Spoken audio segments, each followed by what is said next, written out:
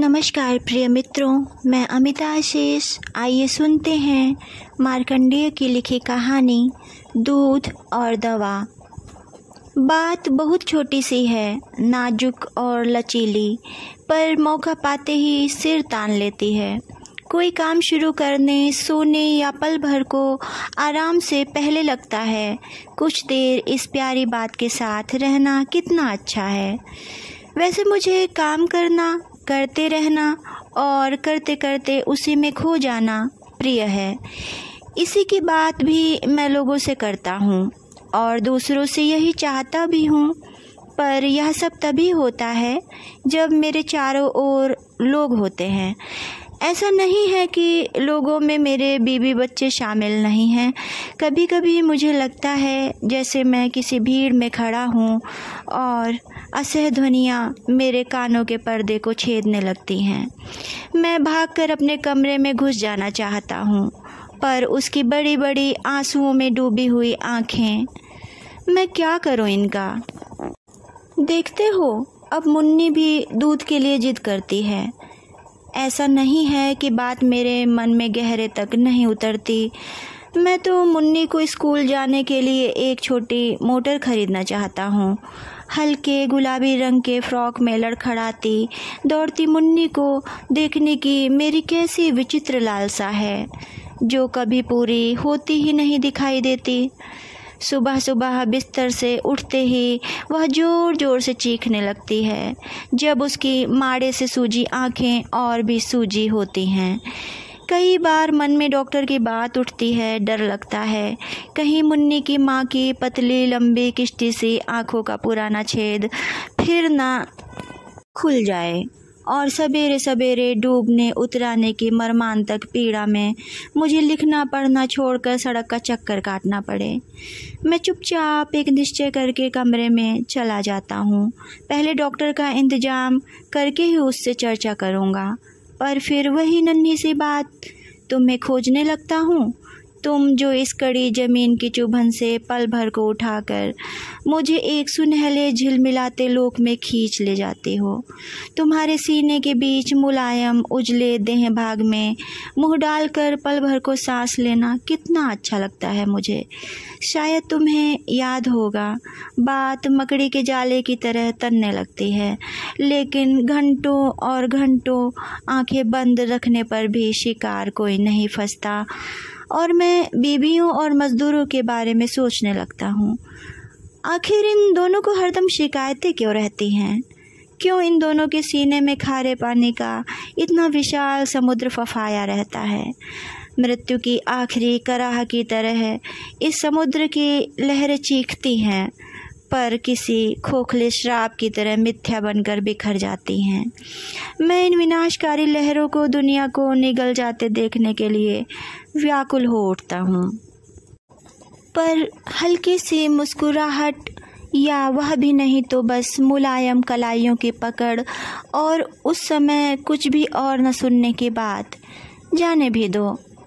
कमर के नीचे नंगी खुली मैं इस असामयिक मृत्यु से बचना चाहता हूँ, पर कोई चारा नहीं। मुन्नी की माँ के जीने का यही सहारा है और मेरे पास उन मृत्यु की घाटियों के सूनेपन को दूर करने का यही उपाय। वह विश्वास नहीं करती, पर मैं सच कहता हूँ कि मुझे इतना बहुत अच्छा लगता है। इसलिए मैं समझ नहीं पाता कि स्त्रियां और मज़दूर मालिकों को क्यों ओढ़े हुए हैं, महज इतनी सी बात के लिए, या मुन्नी की आंखों के माड़े की दवा या उसके दूध के लिए। ये प्रश्न उसके साथ नहीं उठते। आखिर क्यों? क्या उसे बच्चे नहीं हो सकते, या वे दूध पीने वाले बच्चे नहीं होंगे? धीरे धीरे यह क्यों धुंधलाता है? पानी, सिर्फ एक बूंद स्याही, जाने कैसी फैलकर एक झील भूरी आँखों की तरह, वह भी सतही, उथली, अछूता, कच्चा नुकीला फूल। आसमान में उड़ने वाली लरसती पतंग की लंबी पूँछ, किसी बंगले के फटे पुराने पर्दे, मुल्क की बदअमनी और भूख, वे मित्र जिन्हें नौकरी के लिए पत्र लिखे हैं, जो चाहे तो मैं भी उन्हीं की तरह लगूं, बेएतबार और ऊंचे दर्जे का नौकरी देने वाला मुलाजिम। लेकिन वह नौकरी से चिढ़ती है। तुम नौकरी करोगे, फिर तो मोटर, बंगले और सुख की अनेक कोठियाँ हैं। मेरे लिए जगह कहाँ होगी? मैं गरीब बाप की बेटी हूँ। अजीब बात है, तुम भूख में जी सकती हो, लेकिन वह तो कहती है कि उसके सीने में एक भयंकर ज्वालामुखी दबा पड़ा है जो कभी भी नहीं भड़केगा। मुन्नी की माँ यह भी जानती है, पर क्यों नहीं भड़केगा? क्यों उसके लावा से मेरा घर आंगन नहीं पड़ जाएगा? इसलिए न कि मैं लिखूँगा और लिखने से पैसे मिलेंगे और पैसे उसे ठंडा करते रहेंगे। वह यही तो कहती है कि पैसा दिल को ठंडा और शरीर को गर्म रखने की अद्भुत दवा है। गरीब दुनिया का सबसे अच्छा इंसान है। गरीब लड़की की मोहब्बत दुनिया की सबसे पवित्र निधि। कभी कभी वह स्कूल टीचर की तरह बोलती है। आखिर यह सब और है ही क्या? मुन्नी जब जन्मी थी तो उसके लिए मैंने एक झूला खरीदा था। बहुत सारे कपड़े बने थे और उसे दूध में ग्लूकोज और शहद दी जाते थे।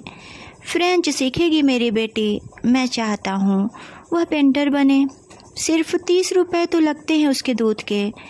30 में ऐसा क्या रखा है? साल ही भर बाद रुनको आया तो कितना उत्साह था। कोई बात नहीं, दोनों के लिए एक गाड़ी होगी, दोनों कॉन्वेंट जाएंगे। लेकिन यह क्या फिजूल की बातें हैं, बेओर छोर की।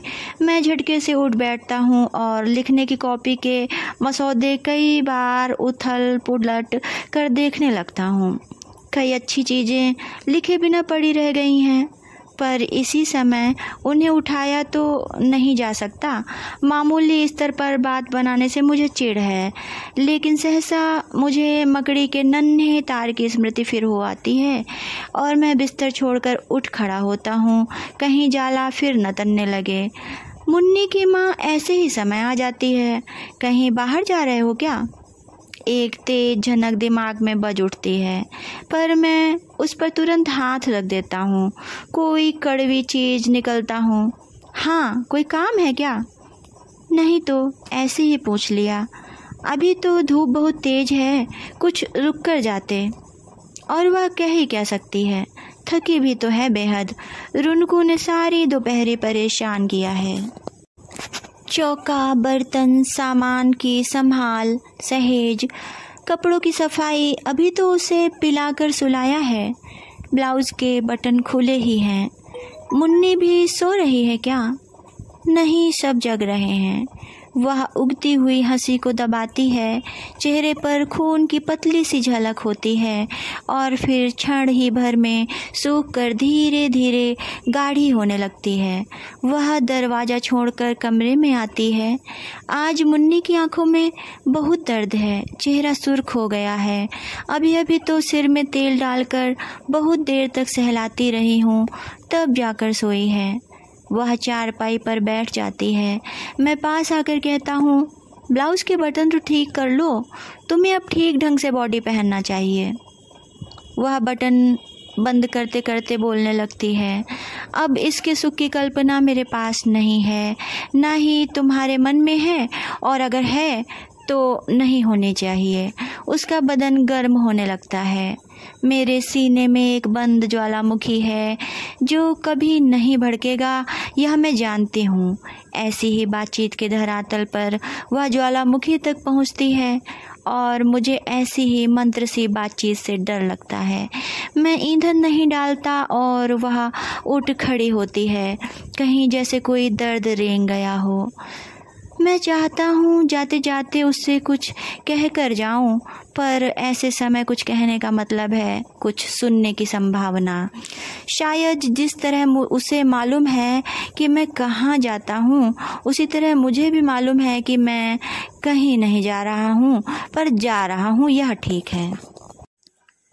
मेरे घर के सामने एक चौड़ा नाला है और उसके परे कटीली झाड़ी का एक बड़ा सा गुंबद।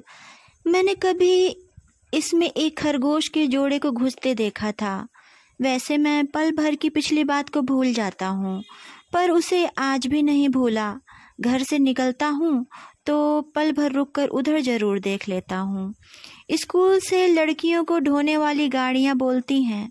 तीर की तरह सड़क को चीरती हुई कोई चिड़िया उड़ जाती है, पर वह खरगोश का जोड़ा। मुन्नी अब तक उठकर मुझे ज़रूर ढूंढ गई होगी और फिर अपने कमरे में जाकर लौटी होगी। मेरी मेज की गर्द भरी सतह पर अपने हाथ की थाप बनाने के लिए या तो कुर्सी पर चढ़ गई होगी या लुढ़क कर गिरी होगी। तो उसकी माँ कुर्सी को 2 चपत मारकर उसे चुप कराने के बाद समझा रही होगी कि आखिर उसे इस मेज़ पर रोज़ अपने हाथों के निशान छोड़ने से मिलता क्या है।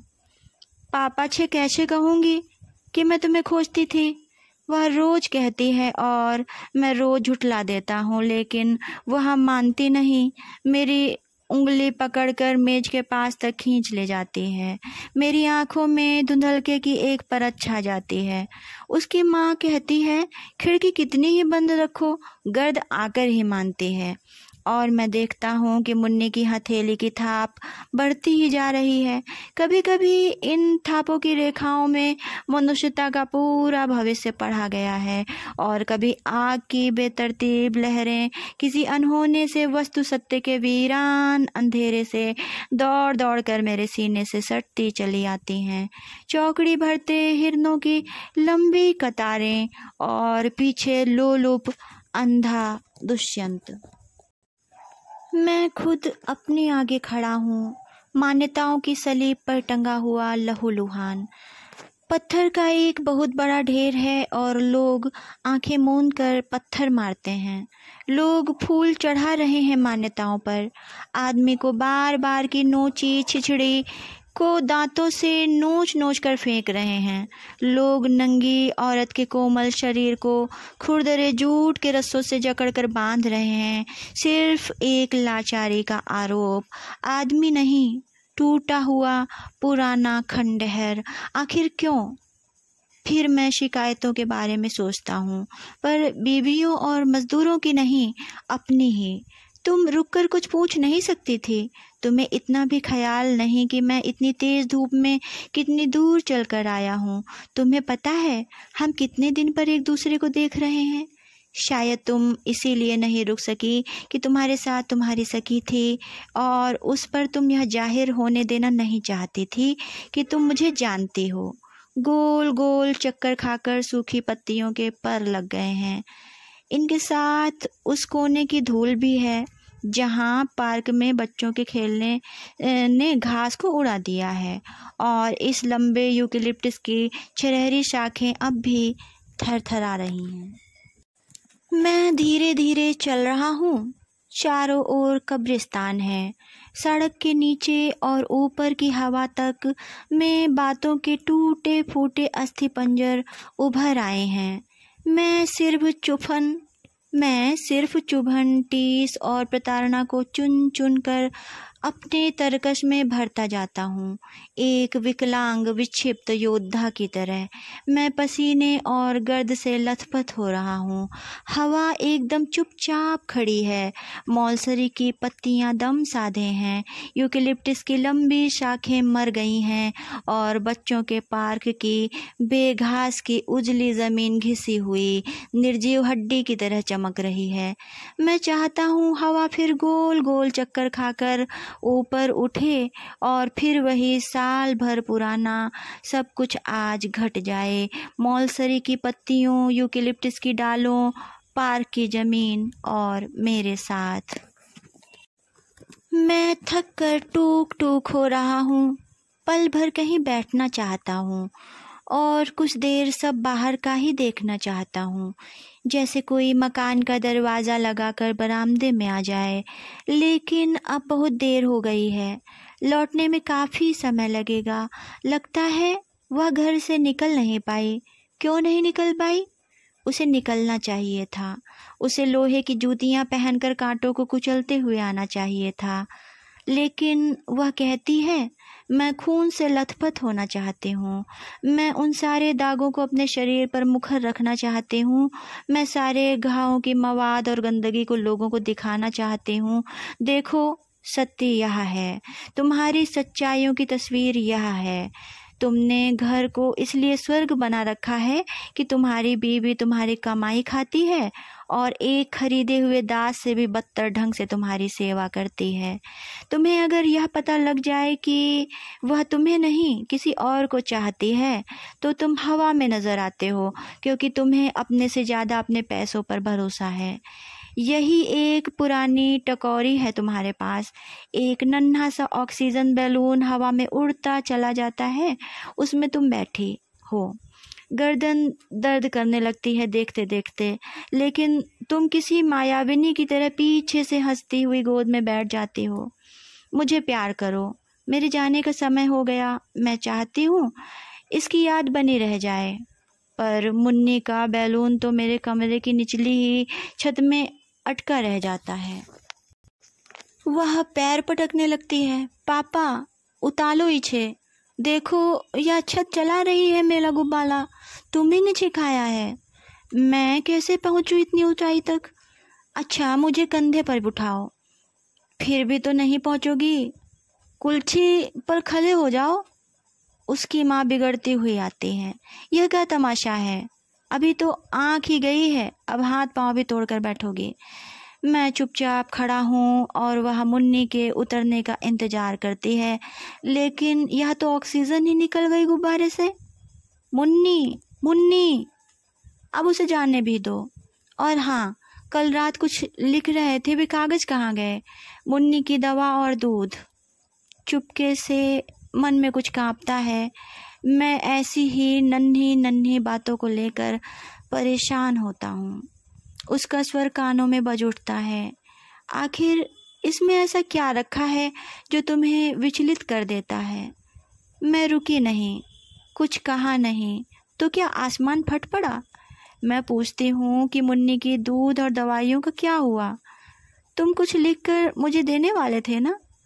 और इतने ही समय में यह कुछ धीमी सी हो गई है। मैं चुप जो रह गया। क्या सोच रहे हो?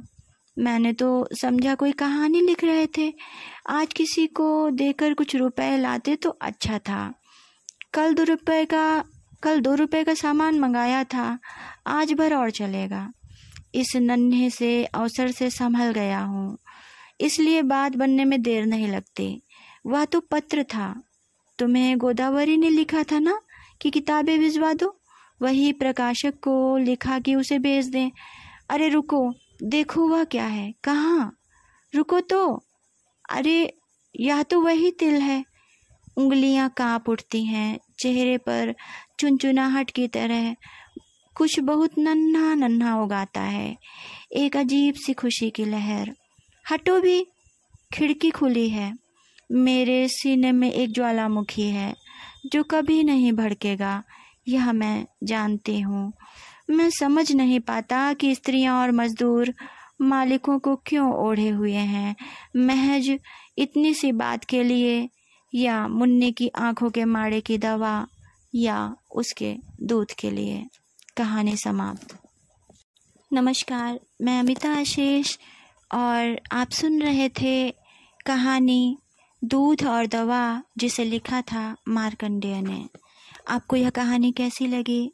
लाइक और कमेंट के द्वारा ज़रूर बताइएगा, और अगर आप मेरे चैनल पर नए हैं तो सब्सक्राइब करना ना भूलिएगा। धन्यवाद।